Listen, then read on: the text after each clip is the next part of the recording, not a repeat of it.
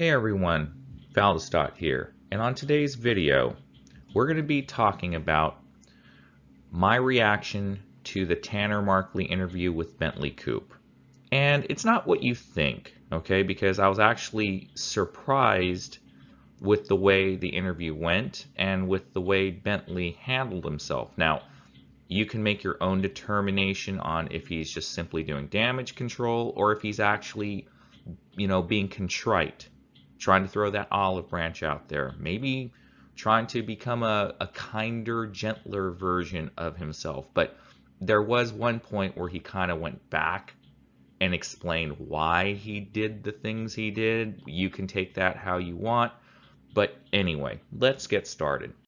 So what I'm going to be doing here is that I'm going to be playing specific segments of the video because I do not want this to be a 1 hour plus video. I want this to basically just be a shorter version on my take on this interview. So there will be some pauses while I get to those specific segments, but this is the way it's going to be, so for time's sake. So let's begin. So here's the first clip, and he's going to be talking about how long or how many hours he works on DoorDash.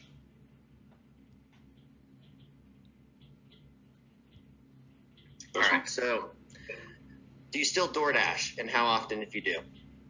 I do still DoorDash. It depends, to be completely honest with you.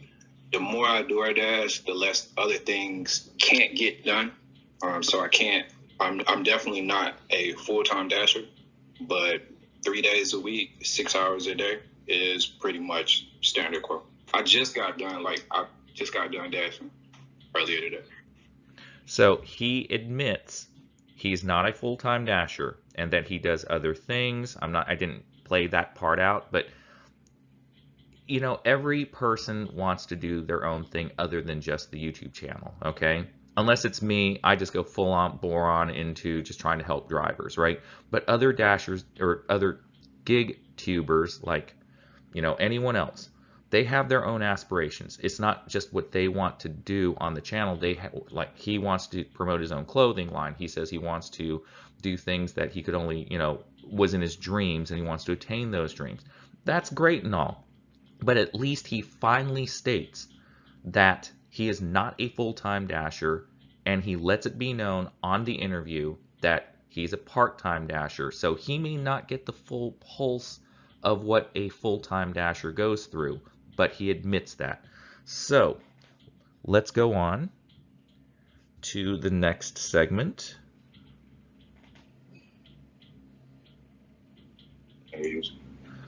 Cool. Okay. Yeah, I knew what it was, but okay.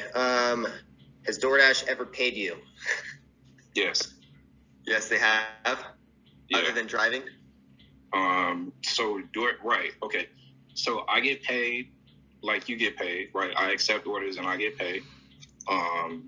DoorDash paid me. They gave me a $500 gift card for the video about how I became a dasher. And when I did the interview when I interviewed the doctor for the vaccine, they gave me another $250 gift card from there. Other than that, I haven't been paid in any way, shape, or form from DoorDash. Okay, so he just says that he has gotten paid in gift cards, a $500 and a $250 for a couple of interviews. Okay. Whether that's true or not, and he also promotes their stock. Again, this is just a condensed version. I fully encourage you to go to Tanner Markley's video, give him some love. He did a great interview. However, I'm not going to conjecture. I'm not going to guess. Okay? It is up to you, the viewer, to believe him or not. He could just be saying those things to, save face, or he may be getting paid under the table, or he may be telling the truth. Only he knows. So we can only go on what his actions are on the things that he says in his videos. And it seems like he is pro DoorDash. He's a company man. He's rah-rah, full steam believes in that company. That is what we know. So as far as the other stuff, that is on you, the viewer, to decide. Now, let's go on to the next clip.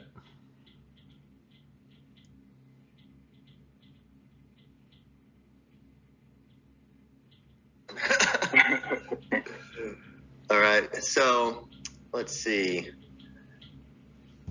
What do you think, or do you think it's okay that DoorDash hides tips?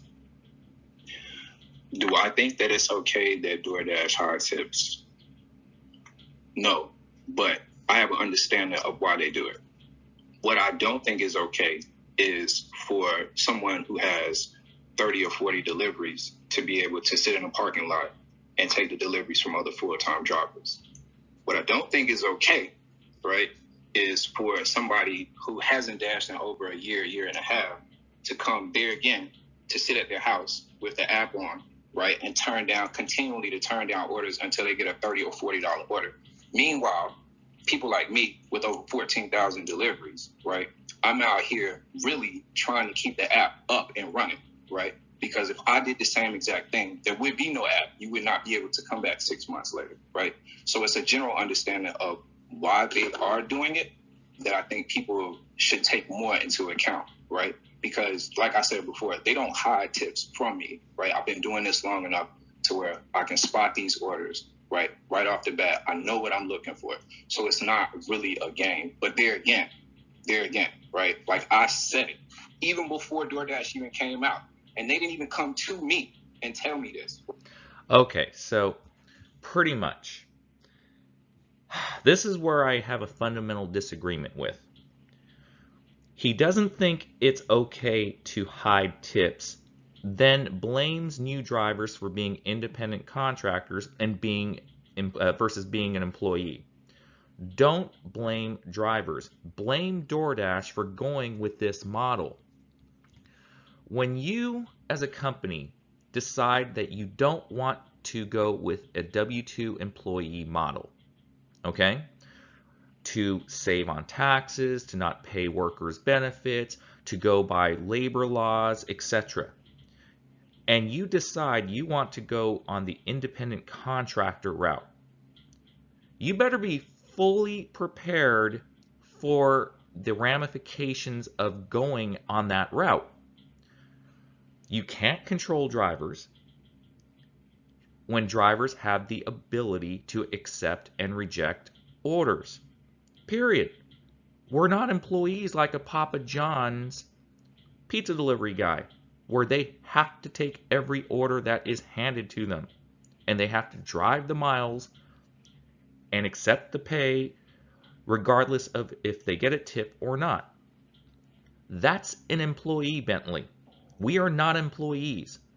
DoorDash chose to go the independent contractor route to save on costs. They don't need a fleet of vehicles. They don't have to worry about maintenance.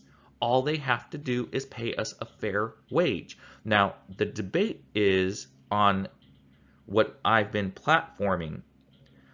I don't really care about base pay as much because, as the detractors on my channel say, if you don't like it, quit. Okay, fine. That's a very valid point. What I am going to say is that as independent contractors, we have the right to full transparency, regardless of if DoorDash or any other gig app company likes it or not. Sure, they want to make a profit. Sure, they don't want cherry picking to become rampant. But for the detractors out there who says, well, DoorDash can do whatever they want. It's their platform. It's their app. Wrong. Legally speaking, under the rights of independent contractors, we are supposed to be able to receive full pay information, full specifics of the location, and enough sufficient time with fair rules to deliver it. That's it. End of story. I'll let base pay go as long as we get the full pay given to us on the offers. It's as simple as that. Now, let's go to the next segment, right now. Okay. Next most popular question. Why did you defend DoorDash reducing base pay? And do you still stand by that? I didn't defend DoorDash in any way, shape, or form, right? Again, everybody is focused on the what and not necessarily the why, right? And we continue to try to segregate us from Dashers instead of trying to understand their standpoint and where they're coming from and try to find some type of common ground, right? The biggest issue that I have with focusing on the what and not the why, okay?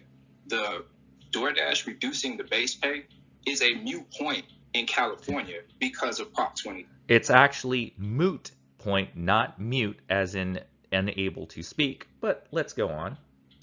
Right? It doesn't matter what they pay you per mile. As long as you're on an active order, you're going to get paid per hour. So that they can't even, for them to even try that in Cali, it's not even going to affect their Dashers that much. Okay, he's using Prop 22 as a reference point here, okay? He's basically more concentrating on the how versus the why on what DoorDash does. And this is my response to that. Why do you think drivers aren't loyal? It's because the company continually lowers pay and isn't transparent. We are not employees. That is the main reason. If they want to lower base pay, fine. The driver is on the platform, and if they don't like it, as the detractors on my channel and every channel's comments I read, you have the option to quit. Okay, I'll give you that. But what is not right, as I said before, is be transparent with your tips. Now, the only way out of that is to not allow customers to tip before they hit accept or send the order through to the restaurant. That is the only way. If they tip after the delivery is ordered, that would be different because we wouldn't know what the tips would be. But I know why DoorDash does this, because if they don't show at least a sufficient amount of pay, they will not, or on the offers, they will not get their deliveries delivered. No one is going to gamble on a $3 or $2 base pay. No one. Absolutely no one, unless you are literally a gambler. And no one is going to take $2 to $3 to go 10 to 25 miles, which is why you want customers to tip beforehand. And you're hiding the tip because you don't want cherry pickers. But guess what? PAR exposed you. And you patched it. That's the bottom line. You want to force drivers to take the orders they don't want to take. But as independent contractors, we are given that right. That is the point. So, on the next one,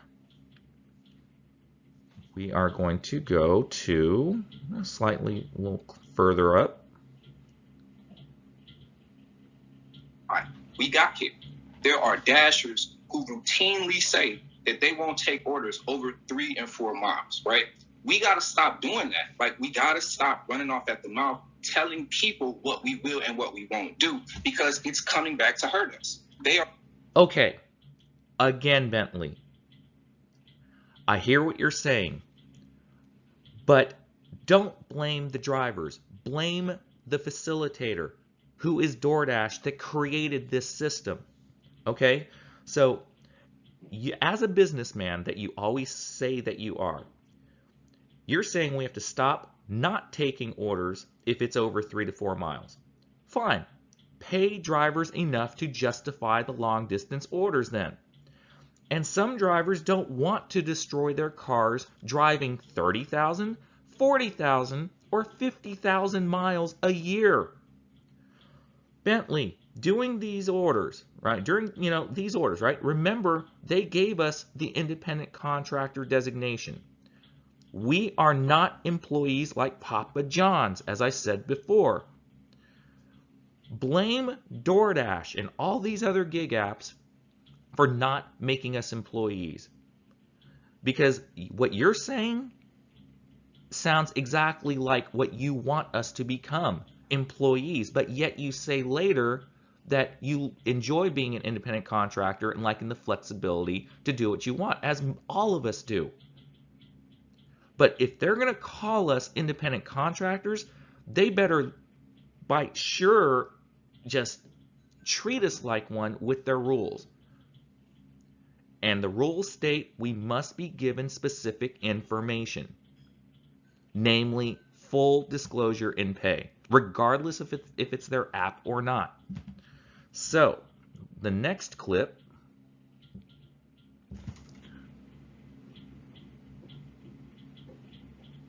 Not at all. I don't do anything less than $6 on a regular order, and I might do a $5 stacked order, but it's got to be something like, it's got to be like popping, right? Like it's got to be moving. Yeah. But see, and this is my point to that. So they know, and they have come out. Tony has come out and said that people who don't tip are going to have to wait longer to get their orders, right? So they are well aware that Dashers don't want to take their $3 orders. Okay. So he fully discloses he is not a top dasher. He states that he only takes about 25 to 30% on it, which is his acceptance rate. It fluctuates. So he's literally a cherry picker now.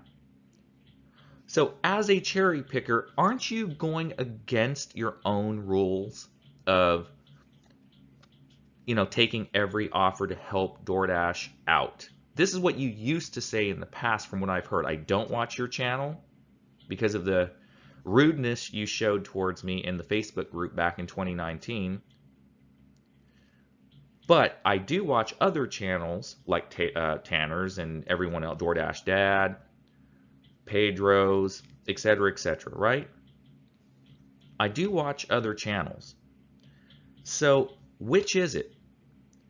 Are you pro DoorDash to help the company out, as you said earlier in the interview, that you want to make absolutely sure, and you were upset that drivers were being independent contractors with the right to accept and reject constantly to get the better offers, which is allowed, that you are single-handedly trying to keep the company afloat so that in the future we'll have an app? Or are you a cherry picker with a 25 to 30% acceptance rate and only taking orders that are worth it and still berating other independent contractors? That is, in your own words, hurting the platform. Which is it? I'm confused. So, you still defend their policies and faults us for not caring about the whys DoorDash does things. I mean, that's pretty much it right there. Now, here's another clip. We want to continue to focus on the same issues that are not getting us anywhere. I really see it in my head like people with pitchforks and torches. Like, we're walking down the street with pitchforks and torches. We don't even know where we're going, bro. We don't even know what we're trying to burn. You feel me, right? Like, we don't even know what we're trying to do. No, we know exactly what we want. We either want fairer pay or transparency, namely involving full disclosure of the pay. If you can't figure that out by now, there is no hope for you. This is the whole point. As an independent contractor, as I said many times earlier, that's it. It is DoorDash's problem, or any gig app's problem, if they put us as independent contractors and don't like it that we're fighting for the rights of an independent contractor. Period. End of story. We're focused on the what. We're not focused on the why. And without any type of understanding of the other side, we're not going to get anywhere. Yeah, for sure. So my biggest problem with DoorDash right now is especially because they're kind of trying to promote people to be top dashers, which means you have to take these $3 orders. which is probably not even profitable when you take into consider the risk, the gas you have to drive, the wear and tear on your car. So it's almost like giving people like 18-year-olds a credit card that has like a $10,000 limit. You know that thing's going to run right up, you know? So when you have all these new Dashers, they're getting on here and they're like, oh, I don't want my acceptance rate to go down. Same thing for me. When I first started, I was like, oh, I got to keep that acceptance rate above 90%. That's what DoorDash says. So then you have all these new people just driving around wasting all their time and money, and really, especially if someone gets in the car accident, they're screwed. Right. Okay. Excellent point, Tanner. Excellent point. All new Dashers, unless they watch YouTube videos like ours beforehand, they're going to come into it with an employee mentality, a W-2 employee mentality. I made a video that I'm going to link above, okay? And literally, it's a comedic onboarding video for new DoorDashers. And I tell it to them straight, because this is what we've experienced in your 3 years of dashing now. Just like you, in our first 3 months, when we first started DoorDashing in December 2018, we took every order. We didn't know any better. We were thinking, oh, okay, any order that comes up, we have to take. In 3 months, we drove 9,000 miles. 9,000, because we live in, the further away you get from downtown after 3 miles, it becomes more rural and more spread out. So, yeah, they do take advantage of drivers because they don't give you any of your rights or your information and hope you don't go researching for it. So, good points on that, Tanner. So, the next clip.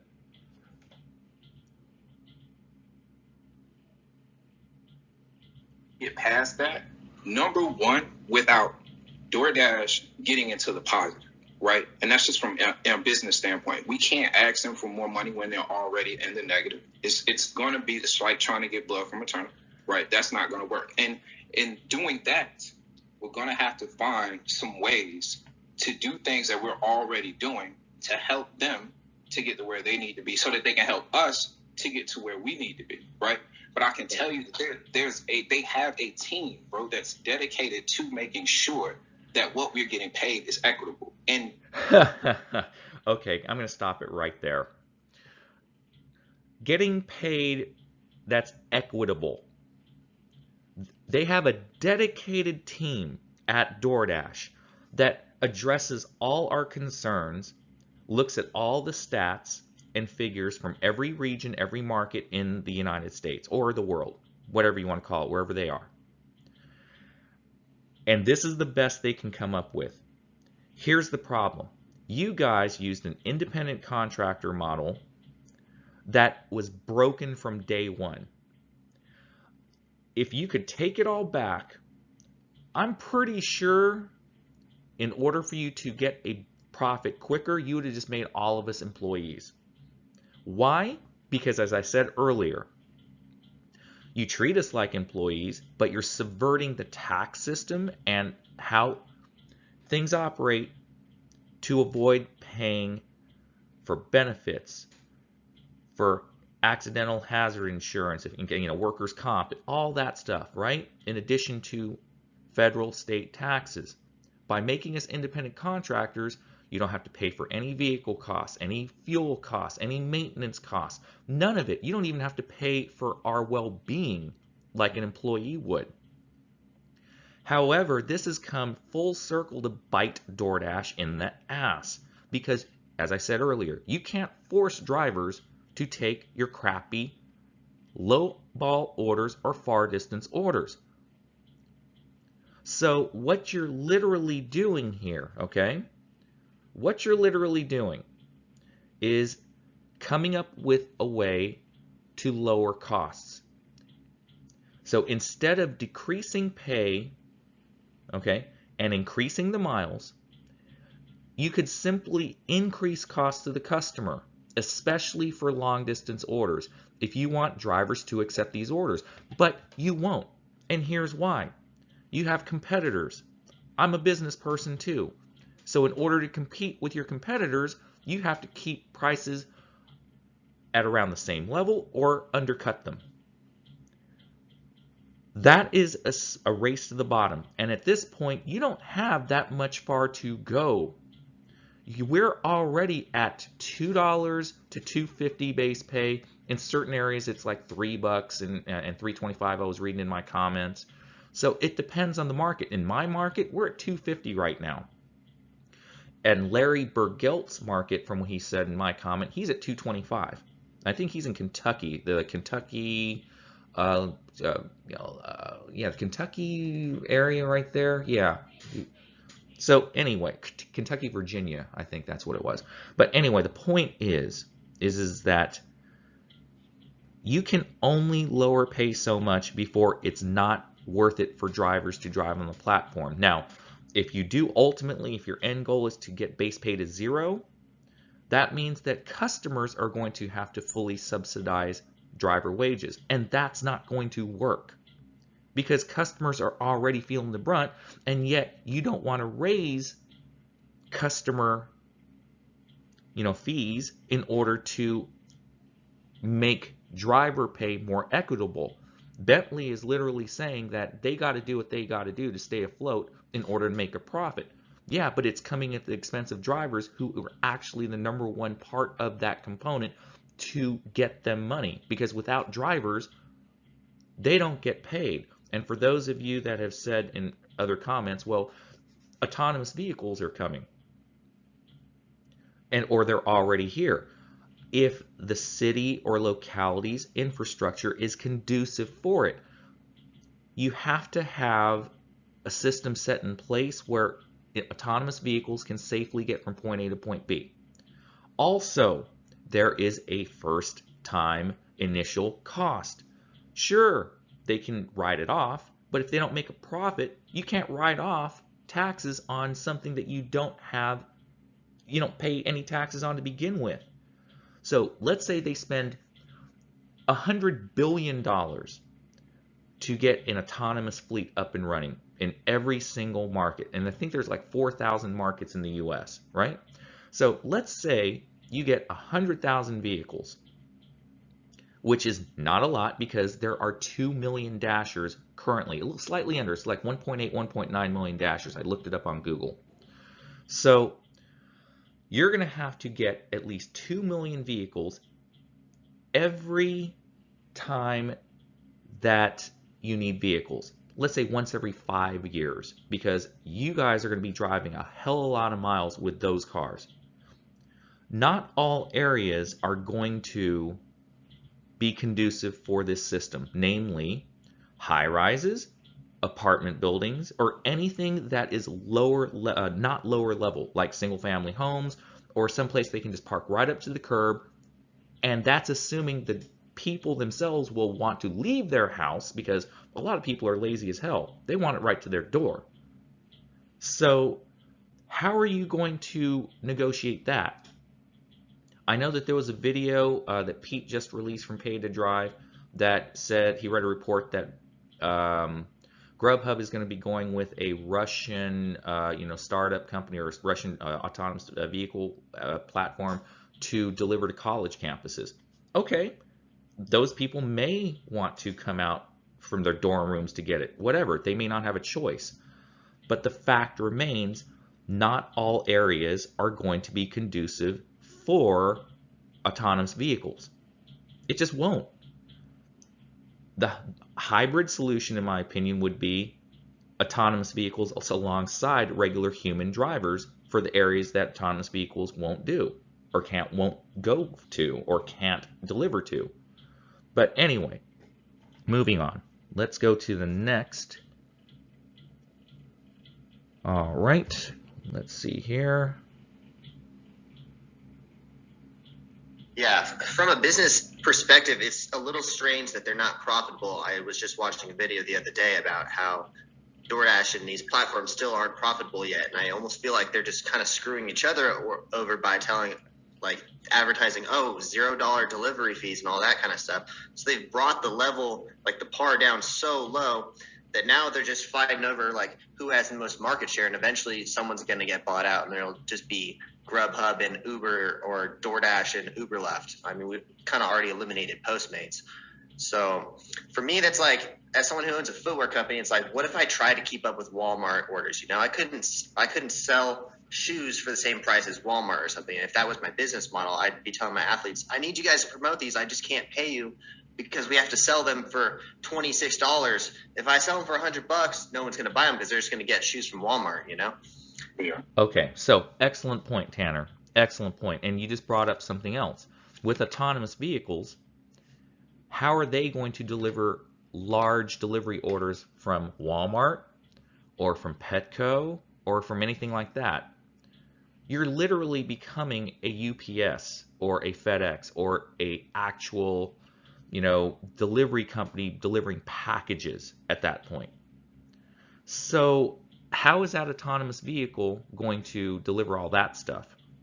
And do you think those people want to lug all the crap that they just ordered into a high-rise or into an apartment or even from the street to their own home? Yeah, good luck with that. But these companies, Tanner, just want to get rich quick. It's the American corporate way, all right? They don't want to wait and do it the right way to build up their platform. So again, great point. So Bentley is going to acknowledge this. So I feel like they need to like be more transparent and tell people like, hey, we have like maybe the best quality. Like I feel like everyone who orders from DoorDash or something like that is maybe like worried about like someone's eating their French fries or something like that. Like one of the brands needs to come out and be like, hey, we're the best quality. That's why we're going to charge you a little bit. But you're going to get the best, maybe like, I don't know, a dash cam inside of every driver's car or something like that to where it's fully transparent. But someone's got to do it, you know? And like continuing to lower everything lower and lower and lower to just see who gets the most market share at the end of the day is not really a sustainable model. I feel like they're trying to go from being $1 million corporation to $1 billion corporation and skipping all of those middle steps. You know, they have all the stock that they need to get up to, but they don't have the structure of a business like Nike or something that's been built for like 20 years, and then they have that full sustainability. Yeah. You feel me? I just feel like they're trying to skip all these middle steps and get to we're now Amazon or we're now like this big corporation. Yeah. I think, okay, so this is what I'm going to say about the app that needs to step up, right? Bro, it's enough of us. You feel me? Right? It's over 1 million drivers in the U.S. 2 million. Instead of trying to take a day and saying, we're not going to work on this day. And he just acknowledged the movement I started 2 days ago to take a day off of rest/protest for July 31st. And here's his response. Okay, we're not going to do the app. We're not going to do the app on this day, right? Why not turn it the other way and say everybody is going to work 12 to 14 hours, and everybody. Instead of taking a day off of rest to protest, he wants us to work 12 to 14 hours on that day. Is this guy smoking some serious crack? Oh my God, and here's his reasoning. Is going to put this money into a GoFundMe, and we're going to put up $3 million to start our own fucking app that pays a minimum of $10. Why don't we do that? Okay. You say you're a numbers guy, but you clearly don't know about how business works. Okay, here are the true numbers, okay? Listen to this. He wants to use GoFundMe and get $3 million. $3 million is only a drop in the ocean. You need at least $300 million to set up the infrastructure alone.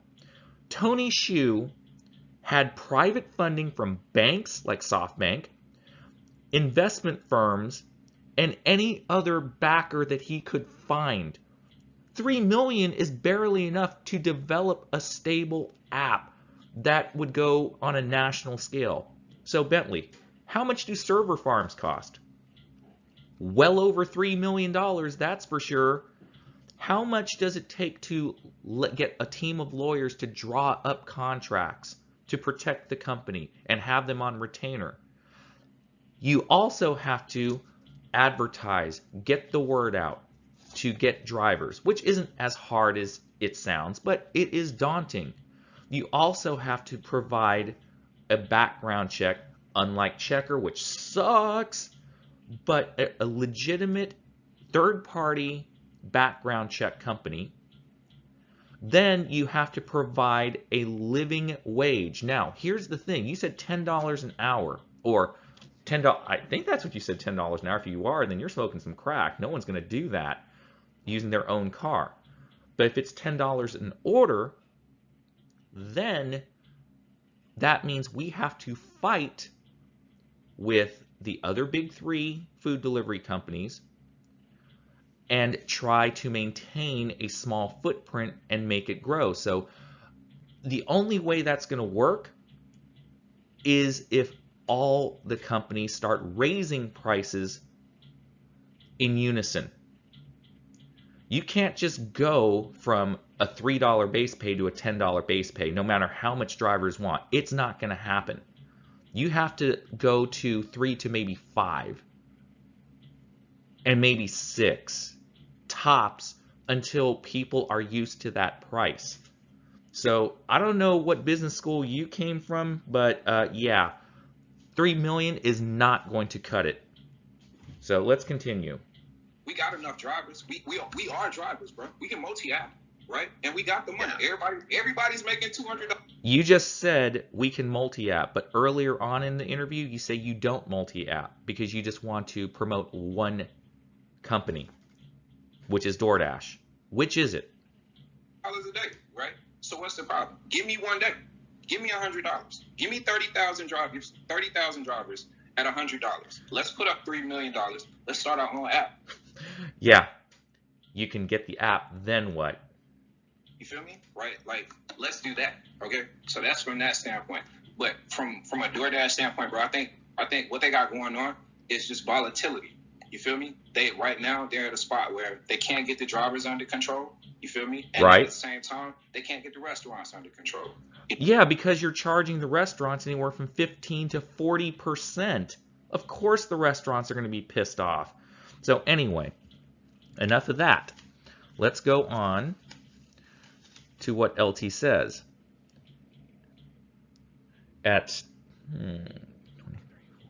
He did say everyone is making $200 a day. Everybody. Really, because we sure as hell aren't, unless we want to drive 12 hours a day, maybe, or maybe 14 hours in our market. Yeah, it's not going to happen unless we multi-app. So anyway, oh, here's a good one. It's about to come up. And it's the drivers are the most unpredictable piece because we don't know when they're going to work. We don't know what they're going to accept. You know what I'm saying? Right? And then the restaurants are over here. The restaurants have worries and concerns that they may be overpaying. And now we have cities that are trying to limit that from that standpoint.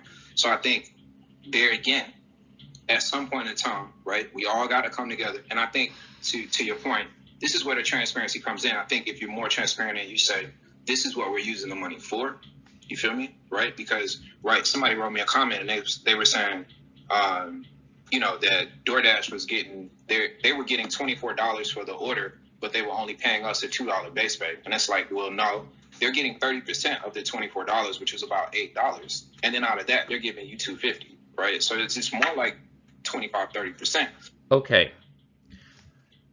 Bentley, this is where I'm starting to get really frustrated with you. You're looking purely at numbers. You're not looking at the big picture, though, okay? Look, a breakdown on costs do not pay for drivers' expenses. You never acknowledge that drivers have to pay $3 per gallon gas, have our own car maintenance, our own parts we have to buy, like tires every so often, or engine failure or whatever, and our profits that drivers have to live off of. We cannot survive on $2 base pay plus tips if the customers don't tip, or you're not in a market that customers tip well. And DoorDash is pushing us to drive 10 to 25 miles away, which is what you are promoting. you state, in order for DoorDash to exist in the future, we have to take these orders. So in doing so, as independent contractors, we're going against our own self-interests. We're destroying our cars to prop up a company that is not paying us enough.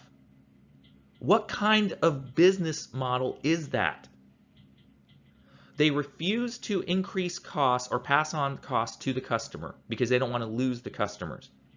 Yet you're asking drivers who they have no vested interest of financially, because they make their money off the service fees from our deliveries.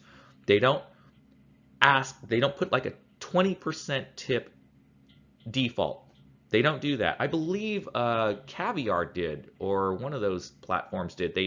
It was like a high-end platform, like at restaurants. If you go and have more than 4 people in a party, they automatically say 20% tip at certain restaurants. We are a luxury service. If we weren't, people would be going out and getting it themselves, Bentley, all right? So, yeah, that is a problem. You're just looking at, oh yeah, we're getting 25% off $8. Okay, great. It's still not enough for independent drivers to live off of. So, let's go down to the next one. This is what Tanner has to say about right there. All the apps and their transparency. How DoorDash is receiving a lot of shit lately, but actually Uber Eats hides tips as well. And not only does Uber Eats hide tips, they give the customer the option of taking back a tip after some. And I was like, oh, damn, that's actually like worse than DoorDash. And then I looked at Grubhub, and they actually don't even promote a tip. So they start off with a 0 instead of like the actual, like, for example, I ordered $100 order the other. Okay, Tanner, you're partly right. All right, so correction, Grubhub is 100% transparent.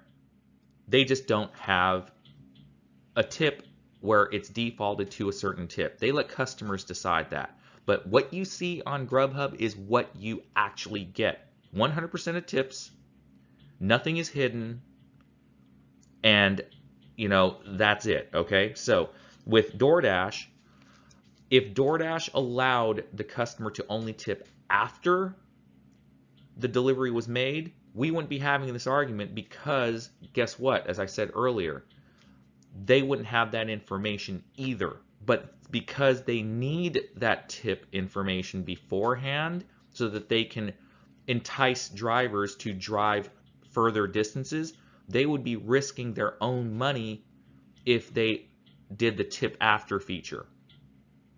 Does that make sense?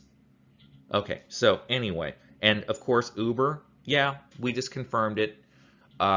We tried ordering an Uber. We haven't used an order customer app in a very long time, but yes, they do have tips in the order screen before you send the order off to the restaurant, or place the order, I should say. So yeah, Uber and DoorDash does hide tips. So let's go on to the next one, which is actually quite funny.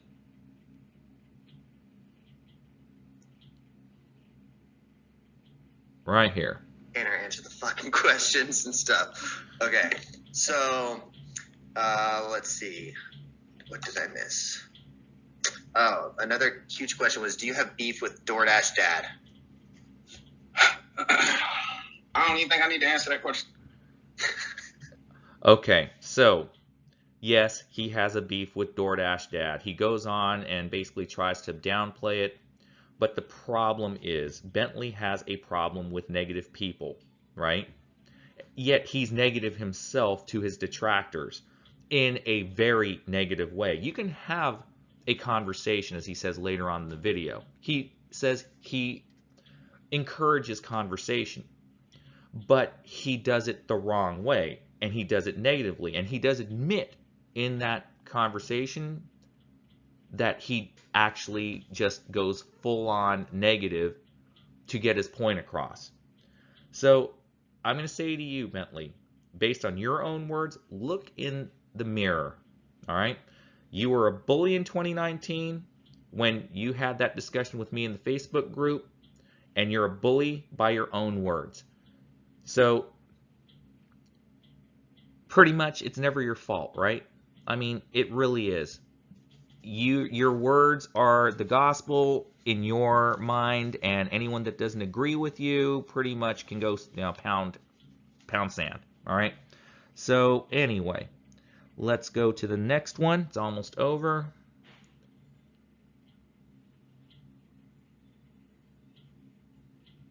You know what I'm saying? Do anything about it or watch the videos, but yeah, I mean, that's all. Yeah. Yeah, and I don't think our messages on our channels are too far off. I'm just like, I'm always going to be the guy who's like, if something isn't paying you well, then you should figure out other things so that way you don't have to rely on that one. Because you don't want DoorDash all of a sudden be like, all right, you know what, we're only doing $1 base pay from now on. And then everyone's like, oh shit, my pay just got decreased by 20%. And you're stuck holding the ball because you haven't formed another source of income in the last few, I mean, you have plenty that's really of time. the problem. That's really another reason why I don't multi-app, bro. Because really what happens to one is going to happen to the entire industry. You feel me? So when you start to see people like Uber are being okay with decreasing the pay for drivers, then it's just going to fall in line with everybody else. You know what I mean? Bentley, do you even know what multi-apping is?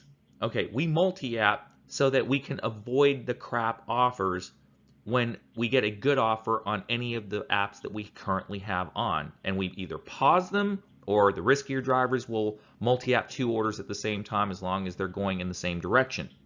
All right? Personally, I hate multi-apping, but I do it because they've lowered the pay so much and the customers have reduced their tips so much, at least in our market, that unless we do it, we're not going to make a decent living. So it's like working 2-3 jobs at the same time. If one job was good enough, I would be 100% on board with you. I'd be a company man. If they literally gave us at least a minimum of, let's say, $7, like you said later on in the video, that the old pay model back in the day in 2016 was $7 per offer, right? Okay, great. But then you also complain, well, drivers wanted transparency, or they wanted, tips. They didn't want the dollar base pay, is what you said, right? But the point is that if they pay fairly within a certain mileage range, we would never be having this conversation. That is the problem. So, that being said, all right, 2 more to go. Looking back at it, I'm like, damn, I really did some bad math in this video, so I was getting a lot of shit for it. But yeah, I'm glad that you could come on and we can like have this conversation. I did give you some shit on your last video, but okay with it, bro. Like honestly, like you know what I'm saying. Like I'm not perfect, and I think that I use that as a reason, to just kind of go off the wall sometimes. But bro, like I'm totally okay with it. Just like you said, your last video, there were some mistakes made in the last video. Like I'll say this: the Coca-Cola and FedEx analogy, it went totally left. You feel me? Right? Like I gotta take the L on that. Like that. Okay, so pretty much everyone has bad days. Hell, I admit I have bad days too. But at the same time, Bentley, you don't have to be perfect. You can just be civil and have reasonable discussions instead of being and acting like your word is final and it works in all markets. It doesn't. Every market is different. Make retraction videos if you're wrong. Own up to your mistakes like you just did on the Coca-Cola FedEx issue that you had on the video that everyone hated and was against you. Okay? So, lastly, grill him. Like people are like, Tanner bitched out. He didn't ask any of these questions and stuff. I'm like, let me say this too. The Para app, right? yeah. I feel like when industries are created, that other industries are created directly correlated to the initial industry, right? So Amazon was created, now you see FBA, right? You see Uber is created, now you have an opportunity for drivers, right? So the things that the company chooses to ignore creates other opportunities, right? And I'm not trying to take away any type of opportunities from anybody. I believe that we need these type of apps, right? Productivity apps that help us monitor our finances and things like that. You know what I'm saying? So definitely do not have a problem with that app in any way, shape, or form. But what happened was I dodged it, okay, because of what the app was doing, right? Because of the transparency that it was providing for Dashers, it seemed like a win-win, right? It's going to increase the morale. It's going to help Dashers to make more money, right? And then in the long run, it's going to increase the acceptance rate overall, right? So it's a win-win across the board. And that's the reason that I didn't start to talk about it. The email that you guys sent, right, that was sent to you, was sent to me as well. And not only was it sent to me, but it was sent to maybe about 11 or 12 other people in our community that make videos, right? Yeah. The email came from somebody, Taylor, who's a guy, right? So my man, Taylor, sent out that email. I emailed DoorDash and I said, can you guys confirm this, right? Just to make sure that it wasn't any type of dummy information. So when they emailed me back and said, yes, this came from us, from that standpoint, it just really became making sure that the same people in our community were aware of, number one, that DoorDash knew, and this was the standpoint that they were taking, right? Okay, Bentley. If it's a win-win for Dashers, why aren't you saying anything about DoorDash taking it away and losing the ability to see full pay if it increases acceptance rates and DoorDash still won't show full pay, period, right? Why aren't you saying anything? You're contradicting yourself, saying it's bad because of cherry picking and people not taking long distance orders for the pay shown in the DoorDash app. But when you use Para, it at least proves that, hey, it's showing $7, but it's actually $15 going 10 miles. If it shows the 15 going 10 miles, Dashers will be more apt to take those orders. So shouldn't you be contacting DoorDash or in the community council like you say you're in, or whatever you want to call it, right? Shouldn't you be voicing your concern saying, hey, if it's increasing acceptance rates and it's actually working, since we're cherry picking anyway, why don't you just make everything transparent on pay? Okay? And you said it so yourself, that Tony Shu even said that if you don't tip, your orders will be later than normal orders. So what is the problem? This is the things that you really should have answered in the para part of the interview that you actually volunteered. So anyway, folks, that's pretty much it. And my final thoughts are this, all right? Every channel has their own way of doing things, okay? I've had discussions with other people I used to watch. I'm watching react other videos that have interviews that I'm making opinions on. And again, on Bentley, in my humble opinion, he's toned down. I will give him that. It's not like the firebrand Bentley that he's right all the time. He actually said he's not perfect, which is a huge step for him. And he's basically saying that we do have to work together. And we do. I fully agree with him on that. We do. We have to band together. The problem is that DoorDash seems to be the side that just doesn't give a damn. They don't want to work with us. They're doing everything they can just to make a profit, but driver be damned. You can't have a conversation like that. It's almost like Republicans and Democrats in politics. It's kind of like two opposing sides. This is why he brought up well, you need to work 12 to 14 hours versus taking the day off. That's his mode of thinking. Our mode of thinking is we have continually seen our pay decrease. We have continually seen rules against us that could care less about drivers' rights. Contract violations that lead to terminations or, pretty much just being deactivated, right? Even if you have proof, which we made videos on before. There is no recourse with this company because why? Watch the onboarding video and it kind of explains why drivers feel the way they do. So anyway, folks, that's it. thank you for watching. Hopefully you got some insights onto what is going on, and at least give Bentley kudos, which is rare for me to even say. At least he manned up, whether it was a PR stunt, saving face, or he's making contrition. Those are your opinions that you have to make yourselves. So thank you all, and have a good day. And thanks for listening. And of course, if you liked, and please like the video if you liked it, comment below and subscribe. It helps the channel grow so I can give more money back to you.